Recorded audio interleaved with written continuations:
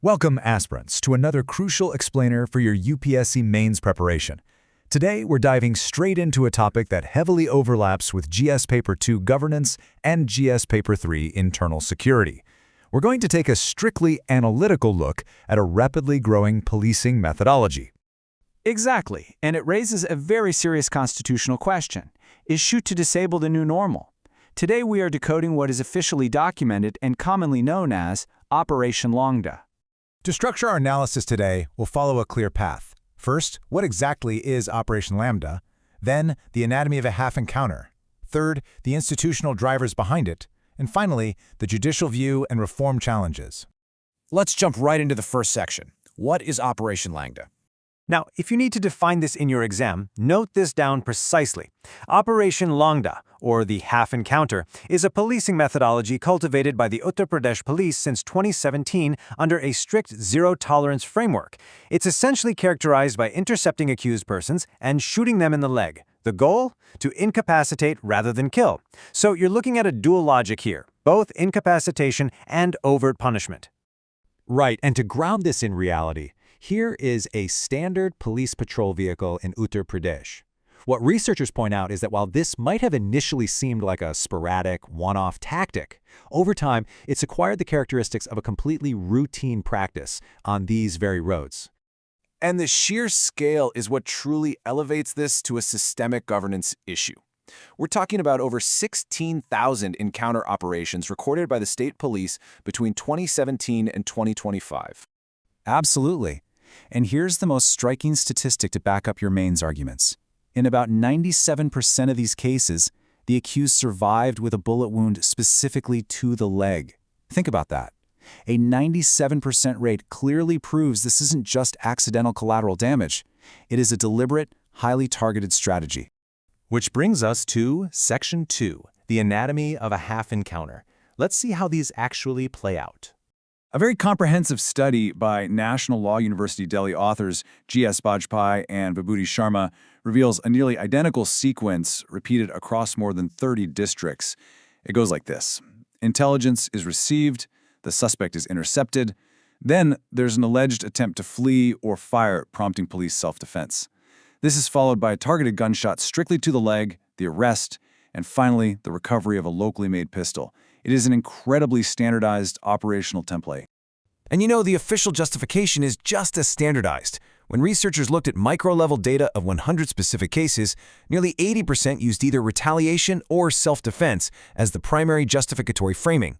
This happens regardless of what the underlying offense allegedly was. It essentially reproduces a set narrative template every single time.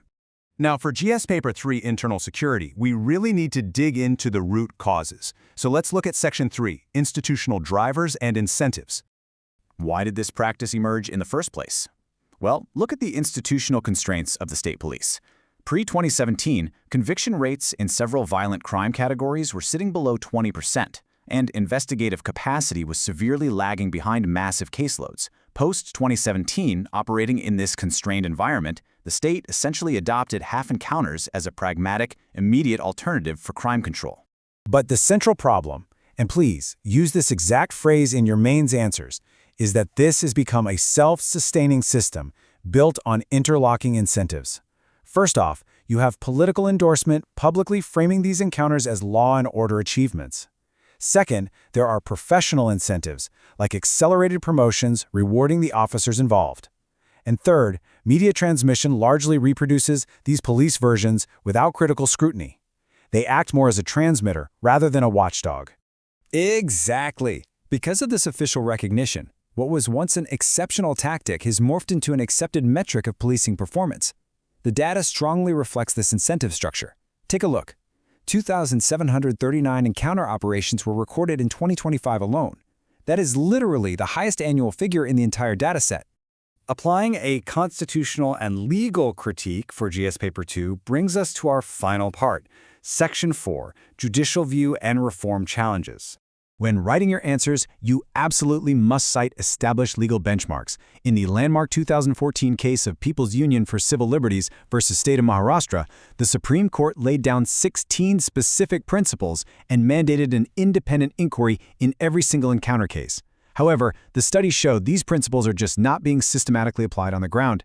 Furthermore, bringing this right up to date in January 2026, the Allahabad High Court directly observed these half-encounter practices. They strongly reiterated a fundamental constitutional principle, stating very clearly the power to punish belongs exclusively to the judiciary.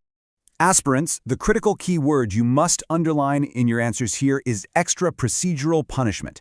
By shooting to disable, the system bypasses the rule of law. See, it's more legally defensible for the police because the accused survives and the state logs an arrest rather than a death, which helps avoid the typical scrutiny of a fake encounter. But fundamentally, it erodes due process. To conclude today's explainer, we want to reframe this as a potential UPSC personality test question for you to ponder. If piecemeal reforms are insufficient, how must the state dismantle these interlocking incentives without compromising internal security? Finding that delicate balance between effective crime control and constitutional due process is exactly what will be expected of you as future administrators. Thank you for joining us for this analysis. Keep writing those practice answers and keep studying smart.